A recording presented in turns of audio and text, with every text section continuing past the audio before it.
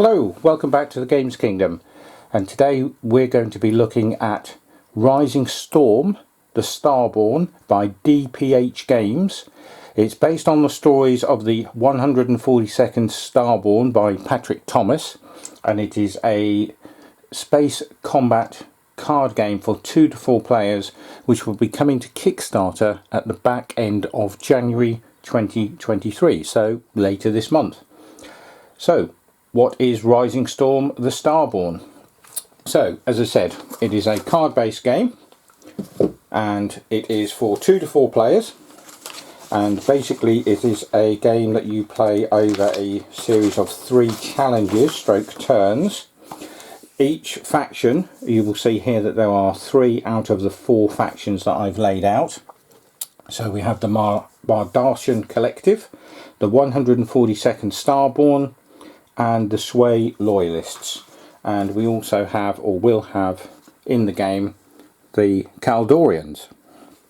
So as I say, I've set up a 3-player game here. This is not how obviously you would set it up normally, but this is just for the video. Each player would have their own board in front of them with their starting hand of cards. So each player gets a starting hand of 6 cards, and they will have the same 6 cards at the start of every game, but they are different. And then what you do is you prepare what is called the Storm deck. So there are cards in the Storm deck which have symbols on. So as you will see here in the corner, they have little pips, and there are 2 on some and there are 3 on these. And then obviously if you have the 4 players, then you will have some with 4 stripes on them, and these cards will form the main sort of deck of cards that you will get to choose and take at the start of each challenge. So what you do is you put out a set of cards. So there's 2 rows of 3 because we have 3 players, and they are done face up, and then another row is placed face down like so. So this is where the sort of game really begins. So in turn order, so if we were going from top to bottom, each player would take one of these cards. Now you can take one of the face up cards, or without looking at it you can take one of the face down cards, and you will then you can take one of the face down cards before all of the face up cards are taken, and you basically do that until all of the cards have been selected. So basically you're going to keep taking these, so you're going to get, in a 3-player game, you're going to get 3 new cards into your hand. Potentially you could take all of the face down cards if you don't like the look of any of the face up ones, or you could take a mixture. You could take 2 face down and a face up, or vice versa, or you could take all face up cards. It just depends on what's left when it comes back to your turn. So then the cards all have descriptions on them, and we'll sort of take one at random here to show you. So what you'll see here is we've got the drone card. So it tells you what it is, it tells you the power rating of the card, it tells you the cost to either spend or gain credits. That's what the -1 is. So some will have that, some will have 0, some will have -1, some will again 0, +1. So as you can see, there is a wide variety of cards in the game.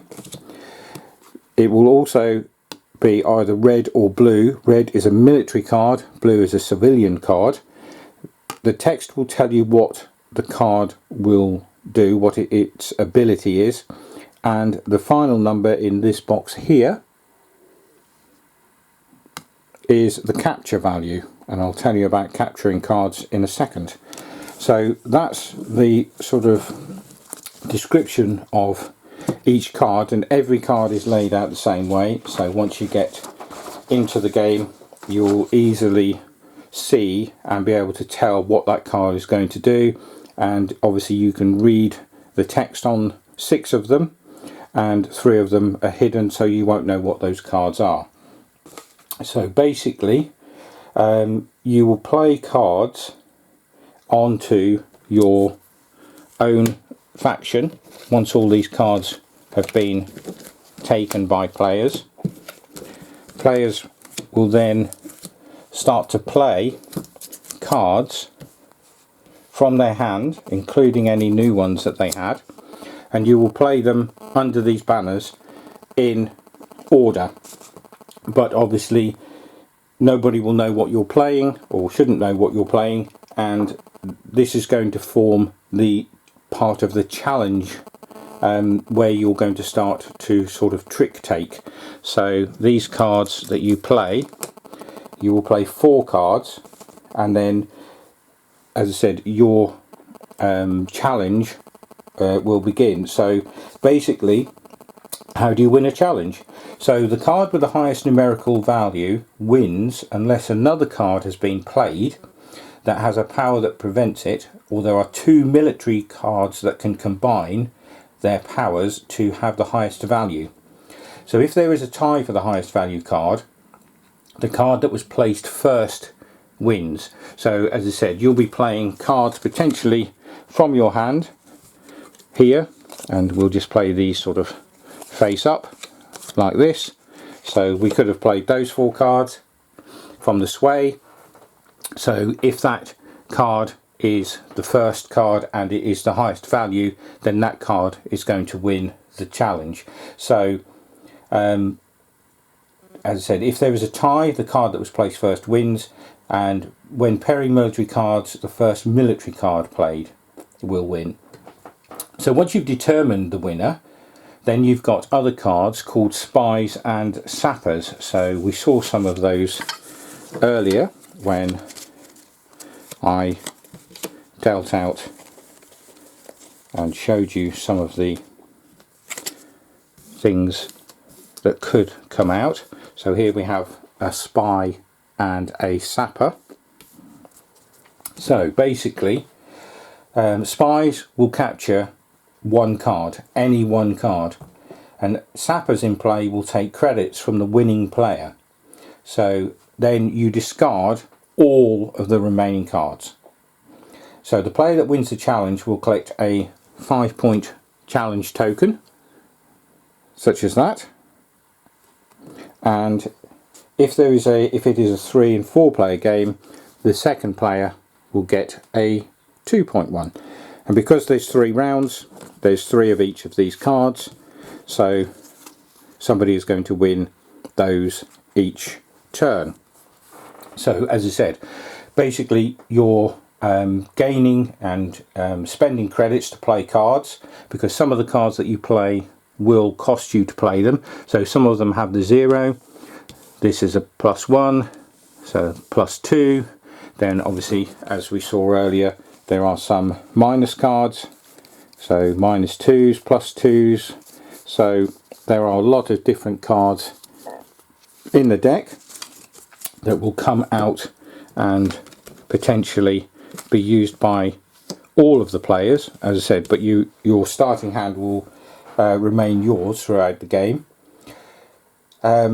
You rearrange the faction cards in the main play area so that so the winning player is the first player for the next challenge. So basically you will do this. So if we had the Maldartians winning, they would go first. If the Sway came second, they would then move from first to second, and the Starborne would be the third player.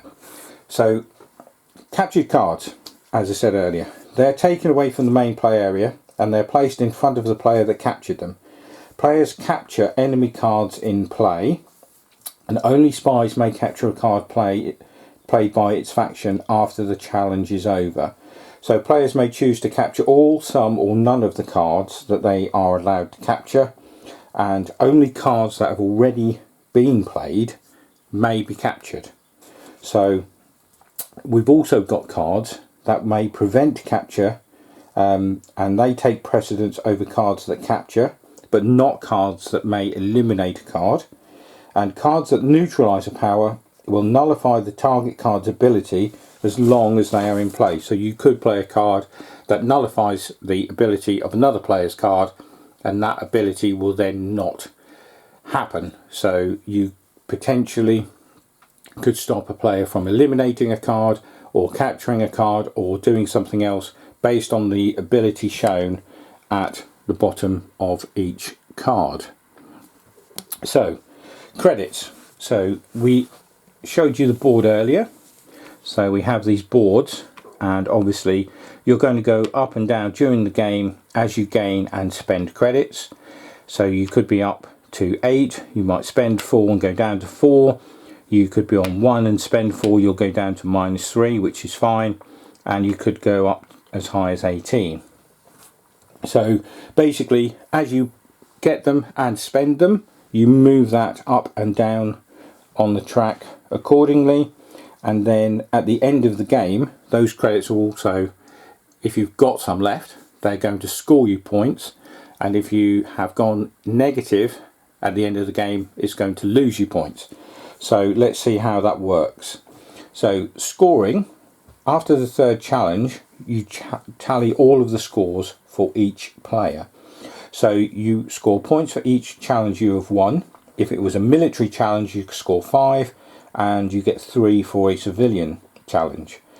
Each player will score a point for each card they have captured, and each player will receive the victory points listed to the right of their final credit count on the credit tracker card. So here, for example, if you finished on 11, you would get 12 victory points, and that would be the same if you finished 10, 11 or 12.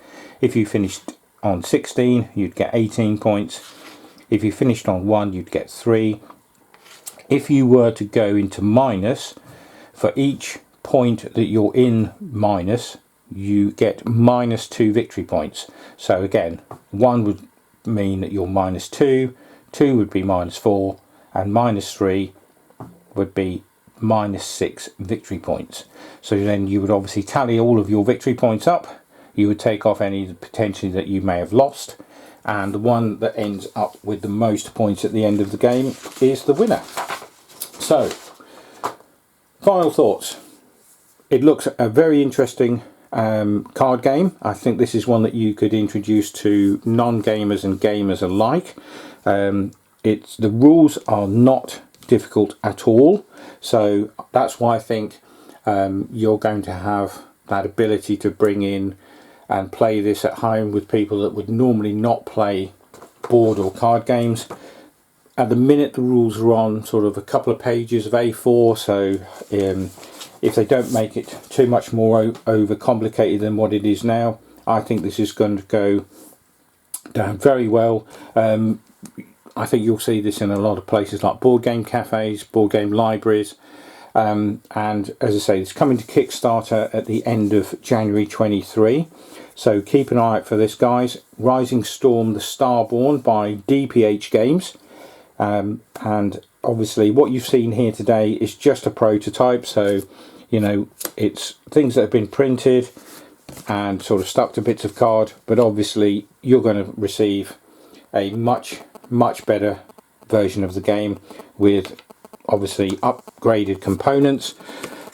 The card artwork as it stands is excellent, I think. Fine for and excellent looking for the type of game it is. Very thematic and has been done really nicely, so hopefully when this comes out, a lot of you will take a look at it on Kickstarter, and hopefully you'll back it and help it to sort of come to fruition and get out there in the marketplace for everybody to enjoy. So once again, DPH Games, Rising Storm: The Starborne, based on the stories of the 142nd Starborne by Patrick Thomas. So until we do another one of these, folks, it's bye for now.